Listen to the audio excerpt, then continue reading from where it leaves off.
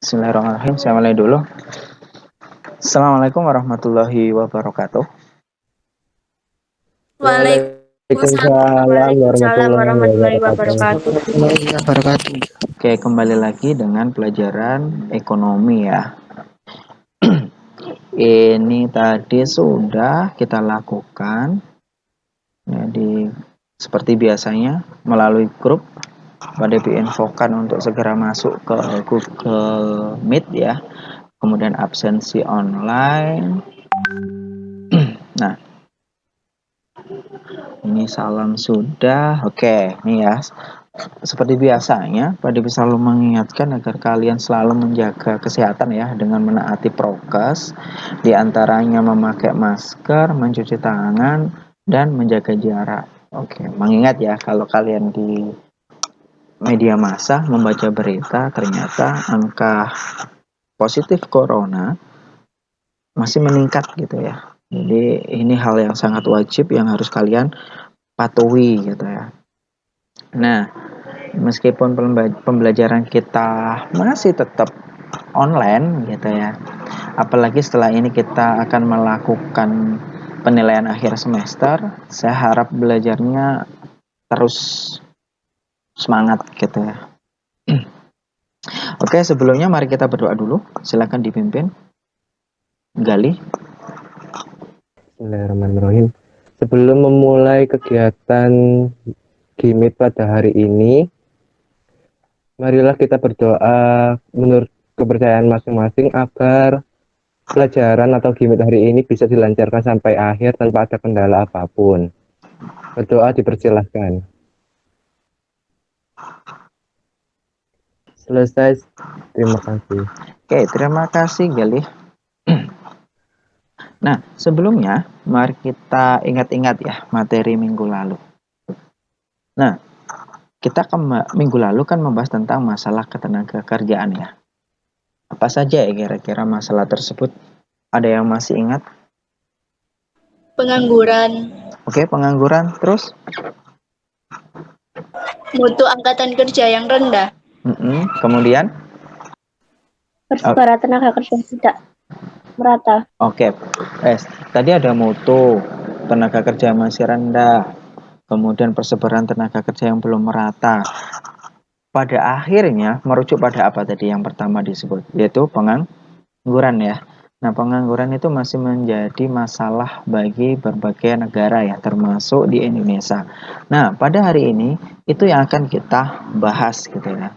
Maka dari itu, tujuan pada pembelajaran hari ini adalah setelah kalian mengikuti pembelajaran ini gitu, dengan menyimak dengan menyimak penjelasan dari guru, kemudian kalian bisa diskusi sesama teman, kemudian dari situ kalian dapat menjelaskan pengertian pengangguran, mengidentifikasi macam-macam pengangguran, dan menganalisis cara mengatasi pengangguran. Nah, sebelumnya Pak Devi akan menjelaskan singkat tentang kegiatan belajar kita pada hari ini, yaitu kalian silahkan ke Google Classroom, kemudian di sana itu sudah ada link video dan modul seperti ini. Kemudian silahkan simak video tersebut. Nah, setelah kalian menyimak video tersebut, seperti biasa, Pak Devi memberi kesempatan kalian untuk mengemukakan pendapat kalian setelah menyimak video tersebut. Jadi kurang lebih alurnya seperti ini nanti di kegiatan inti. Ada pertanyaan? Tidak, Pak. Oke, kalau tidak ada pertanyaan, Bisa, Pak. Kali tidak pertanyaan, silahkan kalian ke Google Classroom untuk mengakses videonya. Silahkan.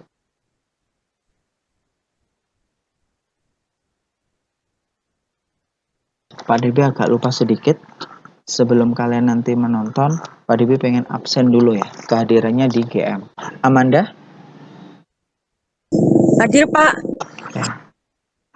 Atika Devi? Hadir, Pak. Oke, silakan lanjut untuk menonton videonya 5 menit dari sekarang. Nanti kita gabung lagi ke Google Meet.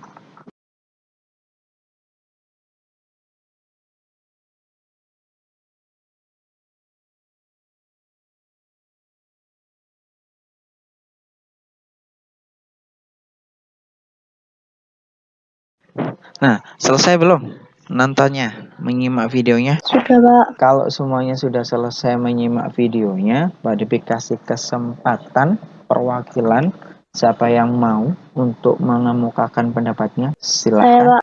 Di dalam video tersebut dijelaskan ada 3 masalah jenis pengangguran. Yang pertama, pengangguran terbuka relatif tinggi. Yang kedua, tersembung tidak optimal. Yang ketiga, setengah menganggur. Setengah menganggur ini karena akan menunggu proyek atau bisa disebut dengan pengangguran musiman. Terima kasih Ebriana. Kita kan hari ini mau bahas pengangguran.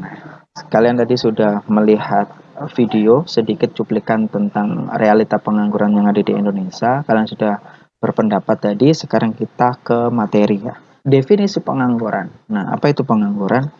Nih, pengangguran adalah seseorang yang sudah digolongkan dalam angkatan kerja. Nah, ini sudah kita bahas ya, apa itu angkatan kerja. Yang secara aktif sedang mencari pekerjaan tetapi tidak memperoleh pekerjaan yang diinginkan. Itu yang dikatakan pengangguran. Nah, kemudian siapa sih pengangguran itu atau syarat apa yang bisa dikatakan orang itu menganggur? Silahkan kalian ke Google Classroom seperti yang sudah saya sampaikan di awal tadi.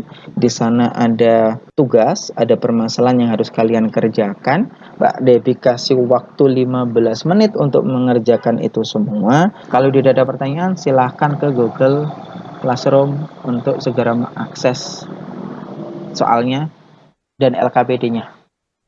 Silakan.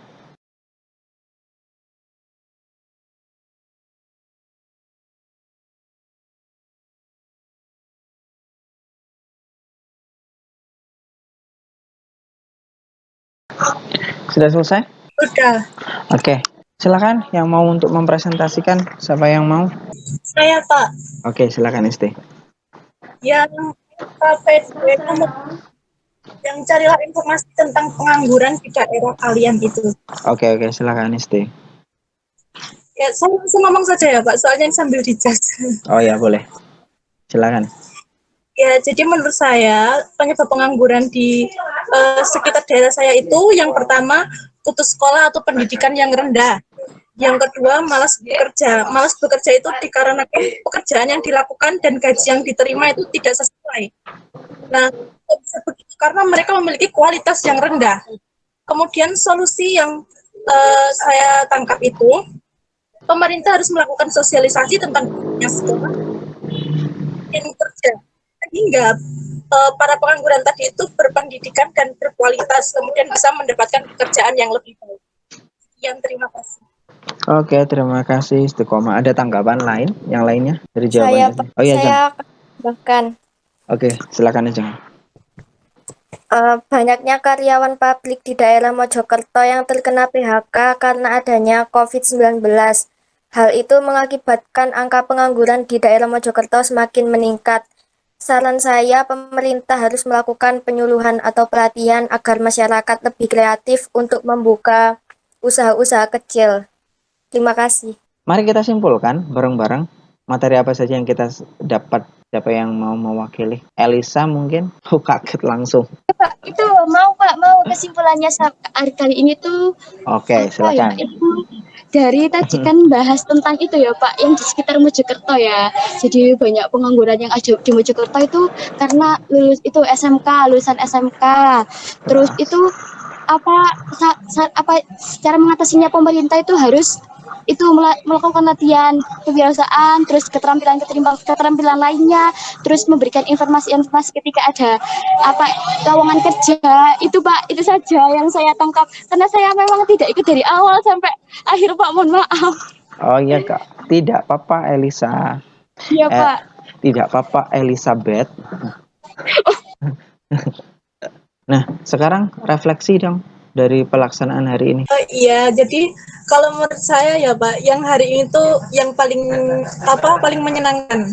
Yang sebelum-sebelumnya kan mungkin waktunya tidak tepat, terus ada beberapa kendala, tapi hari ini waktunya tepat terus lancar juga. Ya, makasih. Oke, terima kasih Isti. Nah, Pak Devi mengingatkan ya sebelum saya akhiri, yaitu silahkan nanti diposting tugasnya di Google Classroom yang sudah kalian kerjakan tadi. Kemudian jangan lupa juga post testnya dikerjakan, dan minggu depan kita akan mengadakan penilaian harian di materi ketenaga kerjaan. Mari kita akhiri bersama-sama dengan mengucapkan hamdalah, biar apa yang kita dapat selalu diberi keberkahan. Mari kita mengucapkan hamdalah bersama-sama. Alhamdulillahirrahmanirrahim. Pada diakhiri, mohon maaf kalau ada salah kata. Wassalamualaikum warahmatullahi wabarakatuh. Waalaikumsalam warahmatullahi Waalaikumsalam warahmatullahi wabarakatuh. wabarakatuh.